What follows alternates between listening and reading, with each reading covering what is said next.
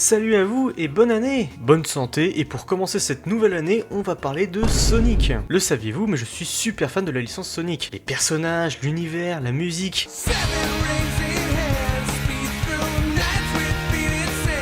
Et de l'autre, je suis super fan de chronologie. Et en mars 2025, Sega a apporté une timeline officielle à Sonic. Et je me suis dit du coup, pourquoi pas vous la présenter? Je tiens à préciser que cette timeline ne contient pas les films, comics, dessins animés ou l'univers de Sonic Boom. Cette timeline contient uniquement les jeux principaux et quelques spin-offs.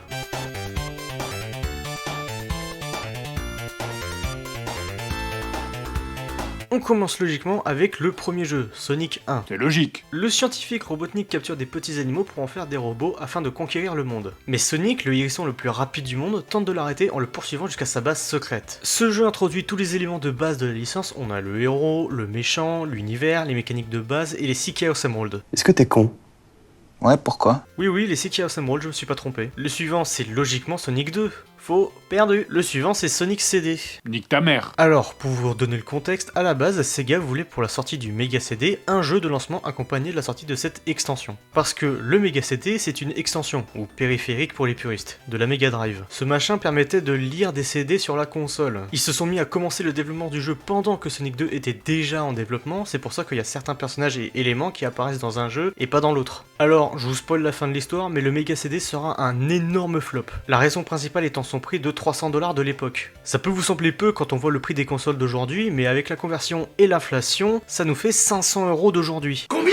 500 balles pour une extension, sachant que la console coûtait le même prix, donc 1000€ pour pouvoir jouer à Sonic CD. Combien? 6 millions de ventes, c'est 2 fois moins que la Wii U, qui était déjà un échec commercial à son époque. On parlait de quoi déjà? Bref, retour à Sonic CD. Une petite planète se dirige vers la Terre, et Robotnik essaye d'en prendre le contrôle pour récupérer les Time Stones, qui lui donneraient le pouvoir de voyager dans le temps. Oui, il y a du voyage dans le temps dès le deuxième jeu, mais vous inquiétez pas, respirez un bon coup, ça va bien se passer. Ne t'inquiète pas, ça va bien se passer. Il utilise des passages temporels pour créer des machines qui lui permettront de prendre le contrôle de la planète depuis le passé. Et enfin, Robotnik a créé un nouveau robot, Metal Sonic, un robot aussi rapide que Sonic et qui est là pour le ralentir en kidnappant Amy. Sonic devra donc voyager dans le temps pour arrêter Robotnik et sauver Amy. Ce jeu introduit donc évidemment Amy, Metal Sonic et le voyage dans le temps. Pas besoin de retenir les Time Stones, elles vont plus jamais servir après. Ah bah c'est super. D'ailleurs, pour info, Sonic CD a plusieurs fins, une bonne et une mauvaise. Et évidemment, la fin canonique est la bonne fin. Par contre, elle est super chiante à obtenir. Soit tu détruis toutes les machines qui sont présentes dans le passé, il y en a une à chaque niveau, et si t'en oublies une seule, t'as foiré la fin. Soit tu dois récupérer toutes les Time Stones qui sont présentes dans tous les Special Stages qui avant permettaient de récupérer les Chaos Emeralds. Bien, maintenant on peut passer à la suite avec Sonic 2.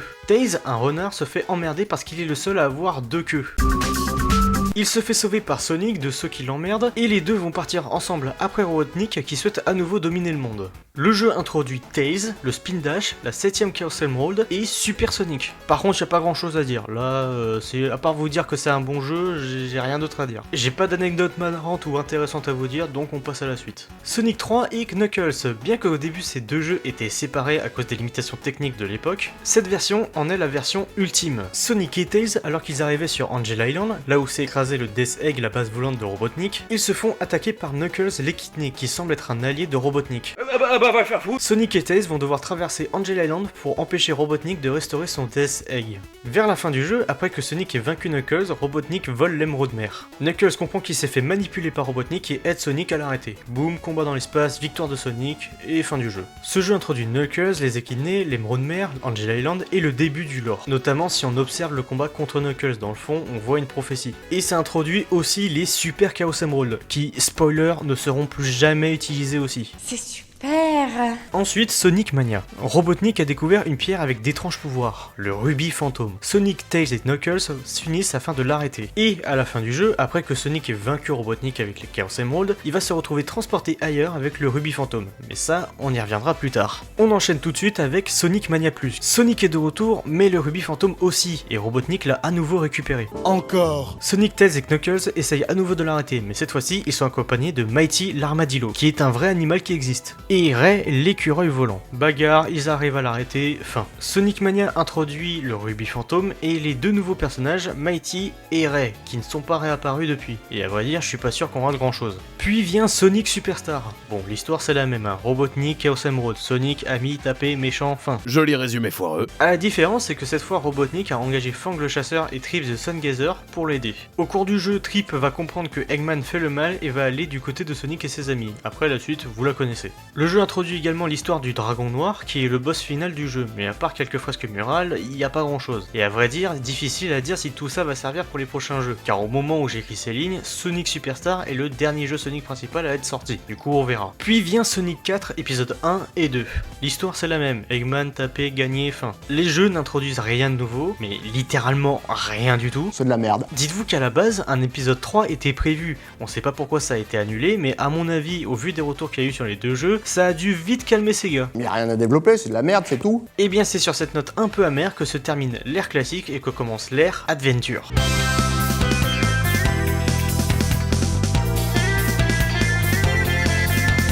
1998, la France gagne la Coupe du Monde de football pour la première fois et au Japon sort le premier jeu de l'ère Adventure de Sonic, Sonic Adventure 1. Sonic Adventure 1 qui est ressorti plus tard sous le nom de Sonic Adventure DX. Le jeu se passe pour la première fois dans un milieu urbain, dans la ville de Station Square. On y retrouve Sonic qui saute de toit en toit comme Spider-Man. Je suis Spider-Man, fils de pute! Et qui tombe sur une créature nommée Chaos, une créature entièrement composée d'eau. Sonic et Tails vont devoir récupérer les Chaos Emeralds avant Eggman qui cherche à les obtenir pour les donner à Chaos, en faire une arme et essayer de contrôler le monde avec. Enfin ça c'est dans les grandes lignes car Sonic Adventure, en plus d'être le premier jeu Sonic vraiment scénarisé, on suit l'histoire de 6 personnages différents. Sonic, Tails, Knuckles, Amy, Big et Gamma. Chacun va vivre l'histoire de leur côté tout en se croisant à certains moments. Sonic va comme à son habitude pour chasser Eggman, Tails va essayer de devenir plus courageux, Knuckles va essayer de rassembler les morceaux de la Master Emerald qui a été brisée par Chaos, Amy va essayer de devenir plus indépendante, Big va essayer de retrouver Froggy, sa grenouille, et Gamma va se découvrir une humanité. Pour comprendre toute l'histoire, il va falloir suivre l'aventure de tous les persos. Et pour résumer, il y a des milliers d'années, la tribu des Équidnés se sont mis à attaquer le temple de la Master Emerald afin d'en acquérir les Chaos Emerald pour faire la guerre. Lors de l'attaque, des Chao ont été blessés et dans un excès de colère et pour protéger les Chao, Chaos utilisa le pouvoir négatif des Chaos Emerald pour anéantir les Équidnés en devenant Perfect Chaos. Seulement Tikal, qui est la fille du chef des Équidnés et qui s'est liée d'amitié avec Chaos, a décidé d'effectuer une prière pour le sceller avec elle dans la Master Emerald. De retour dans le présent, après que Chaos soit libéré et qu'il ait perdu une première fois face à Sonic, il finira par récupérer 6 Chaos Emerald, mais il perdra malgré tout. Une fois que toutes les histoires sont finies, on débloque l'histoire secrète, la vraie fin du jeu. Chaos est toujours en vie, il a récupéré la dernière Chaos Emerald et est redevenu Perfect Chaos. Sonic et tous les autres personnages du jeu récupèrent les Chaos Emerald que Chaos avait jetés, et Sonic utilise l'énergie positive des Chaos Emerald pour devenir Super Sonic. Bref, grosse bagarre sur une musique de ouf, Chaos se calme, les Chao sont de retour, Tikal et Chaos dans un flash lumineux partent, et fin du jeu. Ce jeu est le premier de l'ère Adventure qui va introduire énormément de choses importantes. Déjà des jeux plus scénarisés, la 3D, un approfondissement du lore avec les Équidnés, la Master Emerald et les Chaos Emerald, l'arrivée de nouveaux personnages, Chaos, Tikal, Gamma, Big, bon lui on aurait pu s'en passer, l'arrivée des humains également, bref le début de beaucoup de choses. Et du coup on peut enfin passer à la suite, au seul, l'unique Sonic Shuffle. C'est frustrant hein. Pourtant je déconne pas, ce jeu fait vraiment partie de la timeline officielle. Pourquoi vous avez fait ça? Parce que t'es con, voilà pourquoi! Sonic Shuffle c'est un party game qui se déroule dans une dimension parallèle. Oui parce que le voyage dans le temps c'était pas assez, maintenant il faut les dimensions parallèles. Dans le Imaginary World, Be you, be proud of you. se trouve la Precious Stone, You can be do. qui veut littéralement dire pierre précieuse. For sure. Seulement Void se met à détruire la pierre et le Imaginary World se retrouve en péril. Mais Lumina, qui était chargée de la protection de la pierre, a lancé un appel aux autres mondes pour leur demander de venir les sauver. Évidemment, Sonic, Tails, Amy et Knuckles répondent à son appel, ils partent chercher les morceaux de la pierre et arrêter Void. Après avoir récupéré tous les morceaux de la pierre, Void se transforme, bim bam boum, on bat le méchant, Void est pardonné, Lumina et Void fusionnent pour devenir Illumina, le Imaginary World est sauvé, fin. En vrai, il n'y a pas grand chose à dire sur ce jeu, ils ont certes introduit un nouveau monde et des nouveaux persos, mais plus jamais on en a fait mention après, comme si c'était juste un épisode filler. Et en même temps, c'est normal, le jeu a pas été très bien reçu, et j'ai même pas été capable de trouver le nombre de ventes du jeu. J'en suis au point où je me demande pourquoi ils l'ont rajouté dans leur timeline officielle. Parce que t'es con! Bref, passons au jeu vraiment intéressant avec Sonic Adventure 2. Suite du premier jeu, on commence par Sonic qui a été arrêté par des militaires sans qu'on en sache la raison. Il s'enfuit et après avoir détruit un robot du gun, Sonic fait la rencontre de Shadow. Il est la forme de vie ultime, il a été réveillé par Eggman lors de son infiltration dans la base du gun. Shadow a volé une des Chaos Emerald et les militaires l'ont confondu avec Sonic. Shadow s'enfuit en utilisant la Chaos Emerald et la technique iconique du Chaos Control. En parallèle de tout ça, on a Knuckles et Rouge qui se disputent la Master Emerald. Eggman débarque et vole la Master Emerald, mais pour éviter qu'il ne s'enfuit avec, Knuckles décide de la détruire et de chercher les fragments pour la reconstruire. C'est un sale con! Voilà, en gros le début. Le but des personnages sera évidemment de récupérer les Chaos Emerald, que ce soit la team Hero composée de Sonic, Tails et Knuckles, qui cherche à arrêter Eggman, ou encore la team Dark composée de Shadow, Eggman et Rouge, qui cherchent chacun à remplir leurs objectifs. Ça alors, tu as des formes plutôt opulentes. Pardon? Shadow veut détruire le monde, Eggman le contrôler, I come to make an announcement. Shadow the Hedgehog's a bitch-ass motherfucker. He pissed on my fucking wife. et Rouge est une agent double du gouvernement. Tout ce petit monde va se croiser, s'affronter, etc. jusqu'à à la fin se retrouver dans la station Ark. Et comme dans le jeu précédent, il va falloir finir toutes les histoires pour débloquer la vraie fin. Et donc, dans cette vraie fin, on apprend que Gerald Robotnik, le grand-père de Eggman, travaillait sur un projet militaire secret, le projet Shadow. Projet qui a donné naissance à Shadow et BioLizard. Il travailla sur ce projet dans l'espoir de guérir Maria, sa petite fille et cousine de Eggman. Elle possédait une maladie incurable et mortelle, et en travaillant sur ce projet, Gerald était persuadé de pouvoir sauver Maria grâce à Shadow. Maria et Shadow ont fini par se rencontrer et ils sont devenus amis. Seulement le gouvernement, qui se méfiait de plus en plus du projet Shadow, ont fini par envoyer le gun pour capturer Gerald et éliminer le reste du personnel. Et, dans un dernier souffle, Maria arrive à éjecter Shadow de l'arc. La mort de Maria avait fini par rendre fou Gerald et il se jura de se venger de l'humanité qui lui avait pris sa petite fille. Pendant qu'il était enfermé sur Prison Island, Gerald crée un programme pour que l'arc s'écrase sur Terre une fois que les 7 Chaos Emerald seront réunis dans l'Eclipse Cannon. La team Hero et la team Dark s'allient pour sauver la Terre. Shadow se rappelle grâce à Amy la promesse qu'il a faite à Maria, celle de protéger le monde et ses habitants. Sonic et Shadow obtiennent leur super forme, ils affrontent BioLizard et ensemble ils utilisent le Chaos Control pour réenvoyer l'arc en orbite. Shadow tombe vers la Terre, le groupe se remémore ce qui vient de se passer, et fin du jeu. Ce jeu introduit beaucoup de choses importantes. Déjà, évidemment, le personnage de Shadow qui a marqué l'univers de Sonic au point où il a carrément eu son propre jeu. Il y a eu également le personnage de Rouge qui elle aussi est très populaire, mais pas pour les mêmes raisons. Également Maria et Gerald, on développe un peu plus les origines de Eggman, on introduit également des organisations importantes comme le Gun. Bref, le jeu a introduit énormément de choses et c'est pas pour rien qu'il est autant apprécié par les joueurs. Ensuite vient Sonic Advance 2. Oui, 2, y a pas le 1 dans la timeline, parce que pourquoi pas. Et pourquoi pas? Eggman veut conquérir le monde. Dans le processus, il kidnappe Vanilla the Rabbit. T'es pas drôle. Bah, j'en ai rien à foutre! Et Cream, sa fille que Sonic rencontre lors de sa poursuite de Eggman, lui demande de la sauver. Sonic accepte et la suite c'est comme d'hab. Chaos Emerald, Super Sonic, combat final, sauver le monde et Vanilla. Enfin, le jeu introduit le personnage de Cream, sa mère Vanilla et Cheese son Chao. Et à part dire que Cream va rejoindre la Team Rose, j'ai pas grand chose à dire sur le jeu. C'est un Sonic 2D habituel où il y a pas trop d'histoire. Et même si le jeu suivant est en 3D, c'est à peu près la même chose. Sonic Heroes. En vrai, je mets l'accent anglais comme ça, mais je parle pas un broc d'anglais, bordel. What we want to do. Metal Sonic est de retour dans sa forme Neo. Il a trahi Eggman, volé son identité pour conquérir le monde. Il lance un défi à Sonic qui lui dit que dans 3 jours, il va conquérir le monde avec une super arme. Et la Team Sonic part à la recherche de Eggman. Plus tard, à la fin du jeu, toutes les équipes se retrouvent. La Team Dark avec Shadow qui est amnésique, Rouge et Omega qui veut se venger d'Eggman. La Team Rose avec Amy qui veut retrouver Sonic et elle est accompagnée de Cream et de Big. Et enfin, la Team Chaotix avec Vector qui est le chef d'une agence de détectives avec ses compagnons Espio et Charmy. Et les trois ont été engagés par le vrai Eggman. Neo Metal Sonic se dévoile et il révèle qu'il a collecté les données de chacun des personnages, puis il se transforme en Metal Overlord.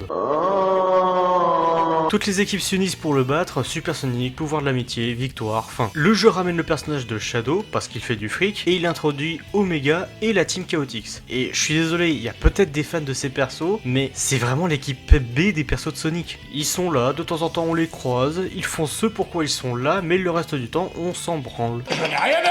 Le jeu suivant est Shadow the Hedgehog, ou plutôt Shadow the Edgelord. Suite à son amnésie dans Sonic Heroes, Shadow se remet en question, et il cherche à savoir qui qui il est réellement. Jusqu'à ce qu'un jour, la ville de Westopolis se fasse attaquer par une race alien nommée les Black Arms. Je vous rassure, on est toujours dans Sonic. Et Black Doom, le chef des Black Arms, s'adresse à Shadow en lui demandant de tenir sa promesse et de réunir les 7 Chaos Emeralds. Shadow part à leur recherche, persuadé qu'elles lui permettront de connaître son passé. Et c'est là que ça commence à devenir compliqué, car le jeu a plusieurs routes différentes. Alors, bien sûr, il y a une fin canonique, c'est celle de la dernière histoire, qui se débloque après avoir fini les 10 fins principaux. Mais la dernière histoire commence quand Shadow a obtenu les 7 Chaos Emeralds. Du coup, la route canonique qui mène à la dernière histoire, bah on la connaît pas. Et le problème, c'est que des fins, il y en a un peu beaucoup. Si dans la théorie, il y a 10 fins principaux, dans les faits, il y en a un peu plus. Genre, un peu beaucoup plus. Genre 326 routes différentes.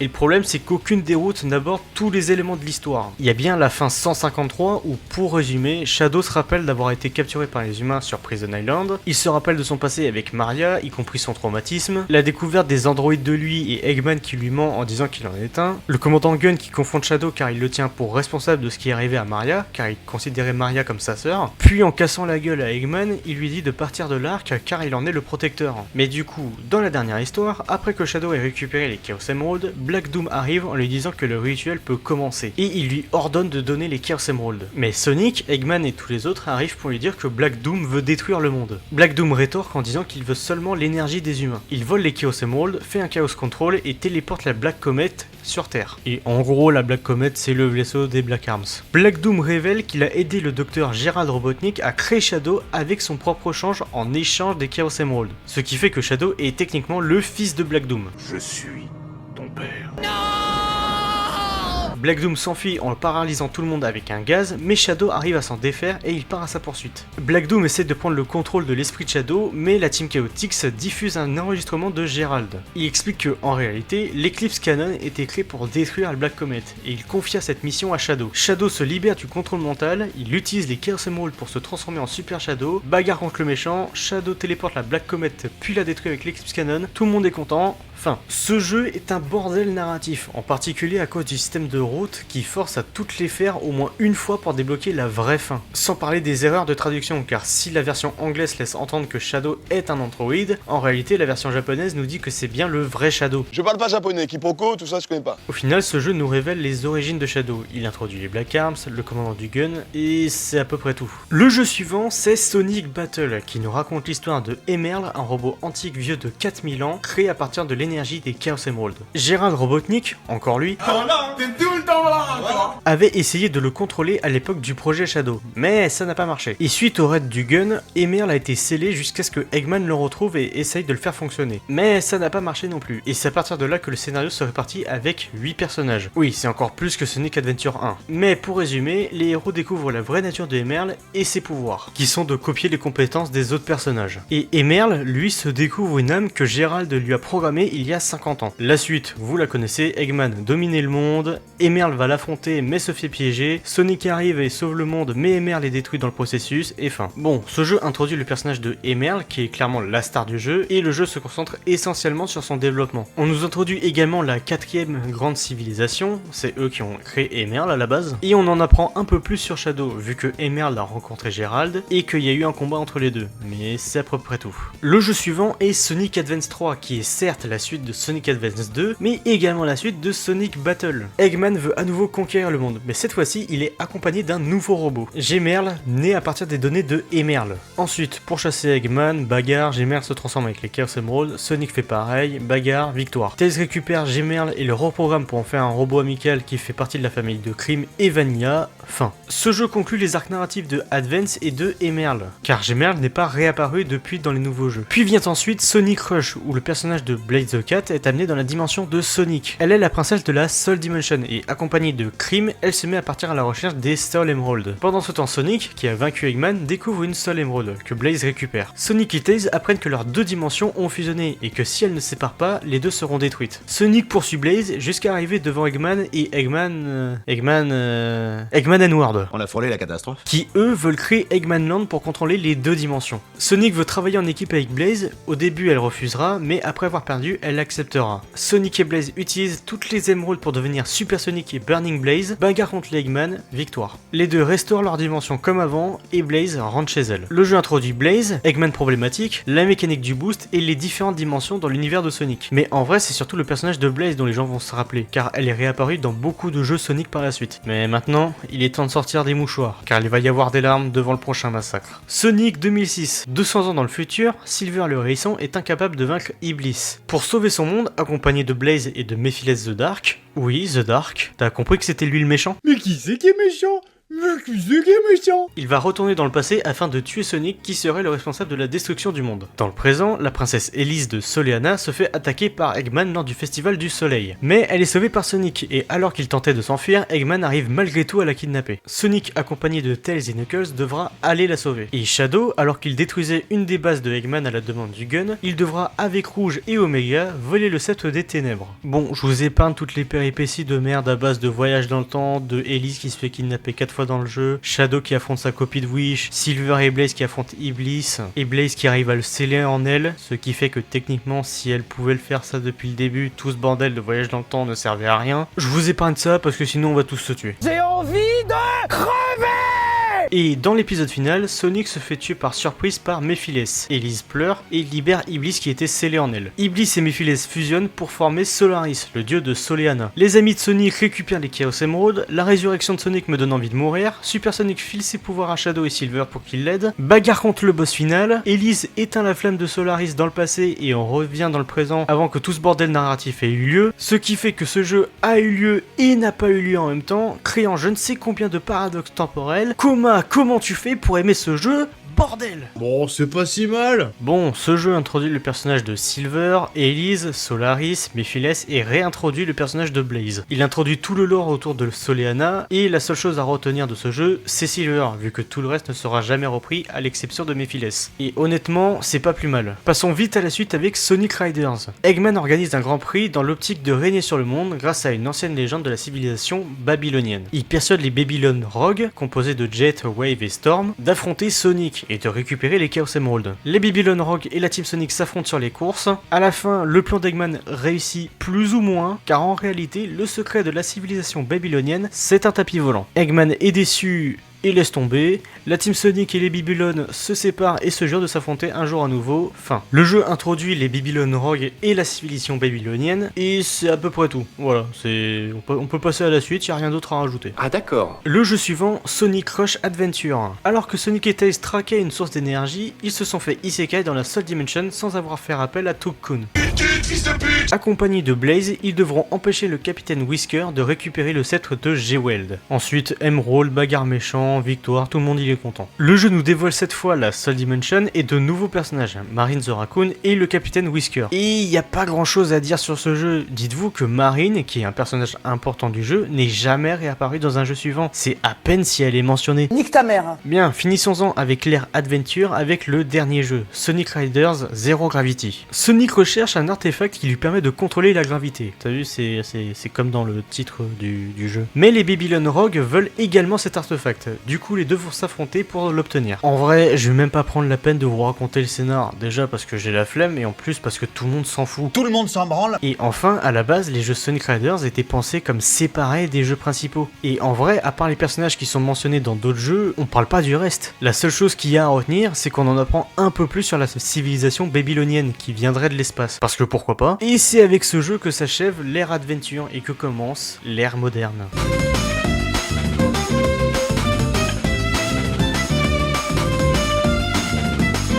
On est en 2008, Sonic vient de sortir de la catastrophe qu'était Sonic 2006, il est temps de revenir avec une nouvelle formule, une formule qui fonctionne. Et cette formule, c'est Sonic Unleash. Sonic, alors qu'il attaquait l'armada de Eggman, il se fera piéger dans sa super forme, et Eggman utilisera la puissance des Chaos Emerald pour détruire la Terre et libérer Dark Gaia, qui incarne le cycle de destruction. Sonic, dans sa nouvelle forme de loup-garou qui fera le plus grand plaisir des fans de Fury, et accompagné de Chip, un être amnésique, ils devront restaurer l'énergie des Chaos Emerald en les amenant aux quatre coins du monde dans des temples afin de vaincre Dark Gaia et sauver le monde. monde. En avançant dans le jeu, on découvrira que Chip est en réalité Light Gaia qui incarne la renaissance du monde, et s'il a perdu la mémoire, c'est parce qu'il a été réveillé prématurément comme Dark Gaia à cause de Eggman. Bagarre contre Eggman, Super Sonic, combat final, Chip sauve Sonic de la mort et fin du jeu. Ce jeu introduit Chip et Dark Gaia, il nous présente de façon un peu plus globale le monde de Sonic, on visite un peu les pays à travers un hub, il y a également le retour du boost. Et le scénario du jeu est plus simple, comme dans les précédents jeux Sonic. Il n'y a pas de gros personnages à la Chaos, Shadow ou Silver, et en vrai c'est pas plus mal vu comment c'était devenu le bordel. C'est mieux de reprendre sur des bases simples. Le jeu suivant c'est Sonic Colors en 3D. Alors pourquoi je précise en 3D, c'est parce qu'il existe deux versions de ce jeu. La première version, la version 3D, celle que tout le monde connaît, qui était sortie sur Wii et qui a eu une ressortie en version Ultimate qui est sortie sur PC, PS4, Xbox One et Switch, et une autre version, la version DS, une version en 2D.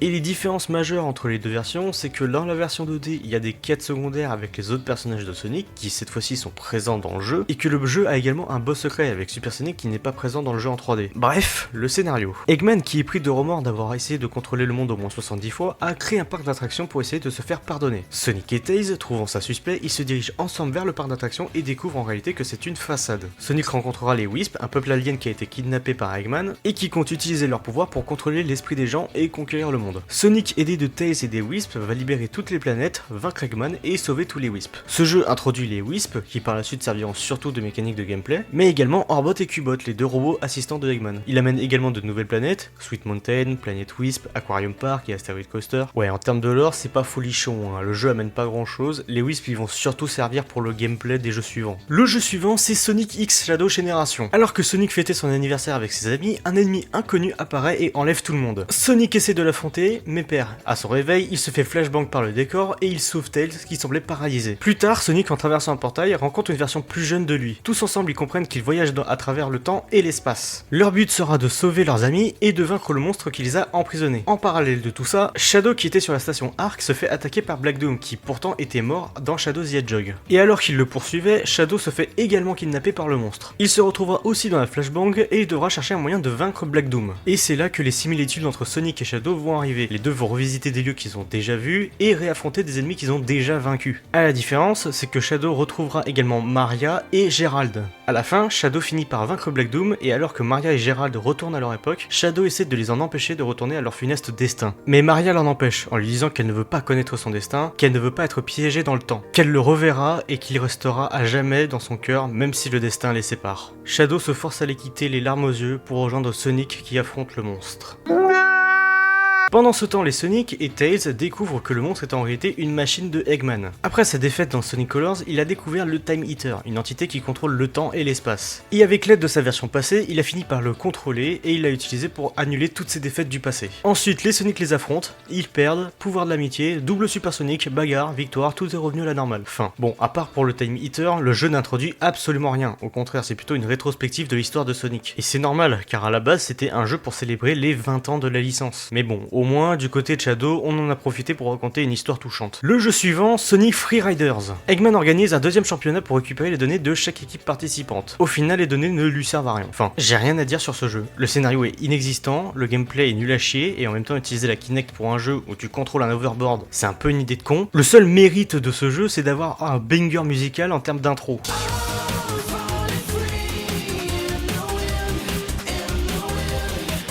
Bref, passons au jeu suivant avec Sonic Lost World. Alors qu'il poursuivait Eggman, Sonic et Tails découvrent l'examen perdu. Sonic découvre également que Eggman est aidé par les Zeti. Sonic va devoir donc les affronter pour vaincre Eggman. Seulement, à un moment, les Zeti reprennent le dessus et trahissent Eggman. Les Zeti vont utiliser sa propre nouvelle machine qui vole de l'énergie à la planète pour augmenter sa propre puissance. Sonic et Eggman vont être forcés de faire équipe afin d'arrêter les Zeti. Après que les Zeti aient été vaincus, Eggman, que Sonic croyait mort après son sacrifice, est de retour avec un nouveau robot pour affronter Sonic. Il se pétait la gueule, la planète récupère son énergie, tout le monde est content, enfin. Le jeu introduit l'examen perdu et les Zeti. Et en vrai, vous marrez pas, car Zavok et Zaz sont quand même des membres marquants qui vont réapparaître dans plusieurs jeux et des spin-offs, notamment Mario et Sonic. Ou encore, dans le jeu suivant, Sonic Team Racing. La Team Sonic est invitée à un tournoi de course par le roi Dodonpa.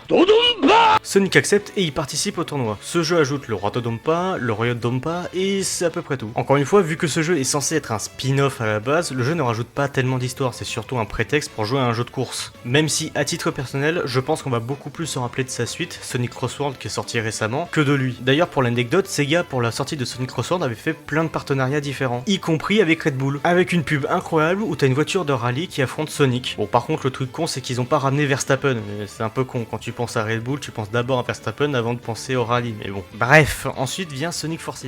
Eggman lance une nouvelle attaque, Sonic intervient, seulement cette fois-ci, Eggman est aidé d'un nouvel allié, Infinite, qui arrive à vaincre Sonic très facilement. Et grâce à lui, Eggman a pris le contrôle du monde. Mais aidé de son lui du passé, celui de Sonic Mania, rappelez-vous, et d'un autre personnage, vous, et de la Résistance, ils vont tous ensemble lutter contre Infinite armé du Ruby Phantom. Et de Eggman au passage aussi. Bagarre, pouvoir de l'amitié, enfin. Ce jeu introduit donc Infinite, et au passage c'est peut-être le pire méchant de la licence, le gars a viré full vilain parce que Shadow lui a cassé la gueule. Franchement, on a fait mieux. Il introduit également la Résistance qui servira surtout pour les comics Sonic, mais on y reviendra plus tard. Et on conclut l'arc narratif du Ruby Phantom puisqu'à la fin du jeu il est détruit. Passons maintenant au dernier jeu de la timeline, Sonic Frontiers. Eggman essayait de s'approprier la technologie des anciens sur les Starfall Island pour conquérir le monde. Seulement, Eggman se retrouve piégé à l'intérieur du cyberespace, qui est un monde artificiel créé par les anciens. Il crée une IA nommée Sage pour le protéger du cyberespace et lui trouver un moyen d'en sortir. Sonic de son côté parcourt chacune des îles pour vaincre les titans afin de sauver Amy, Knuckles et Tails qui sont également prisonniers du cyberespace. Seulement en terrassant chaque titan, Sonic libéra le dernier, Suprême,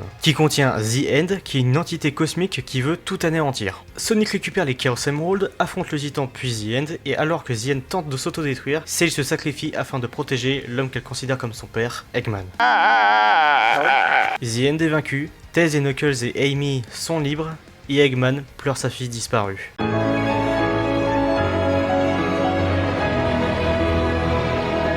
Enfin ça, c'est la première fin du jeu, car plus tard, une mise à jour intitulée Final Horizon est arrivée avec la nouvelle fin du jeu. Et dans les grandes lignes, elle change pas grand chose, à part que cette fois-ci Sage survit et à la fin, Eggman la qualifie comme sa fille. Et voilà la timeline Sonic officielle, et bah elle est incomplète, parce que je vous ai pas dit, mais cette timeline n'a pas été mise à jour depuis sa création, donc elle a encore pas mal de défauts. Par exemple, la présence de jeux qui ne servent à rien, genre Sonic Shuffle ou Free Riders, et l'absence de certains jeux principaux comme Sonic and the Secret Wings ou Sonic and the Black Knight, ou encore l'absence de comics Sonic, parce que oui, certains comics Sonic sont canons à l'univers des jeux. T'as même certains personnages qui ne sont présents que dans les comics et qui sont cités dans les jeux. Mais vu que cette année c'est les 35 ans de Sonic, on peut s'attendre à du changement. Et pour ça, il suffit juste d'observer Sonic Frontiers, c'est sûrement le jeu Sonic qui fait le plus référence à son passé que tous les autres, et qui développe le plus ses personnages. Amy qui est enfin plus obsédée par Sonic et qui entreprend un voyage personnel loin de lui, Knuckles qui se rappelle qu'il est le dernier de son espèce, Tails qui après les événements de Forces se met à douter de lui, et même Eggman à travers ses mémos où on apprend également beaucoup sur sa façon de penser. Et surtout sa relation avec Sage. Je m'attendais pas du tout à ça dans un jeu Sonic, et ça annonce que du bon pour la suite de la licence. Surtout que 2027 ça sera l'année de Amy, il y aura la sortie du film Sonic 4 et potentiellement un nouveau jeu où Amy va jouer un rôle important, vu le traitement qu'elle a eu dans Frontiers,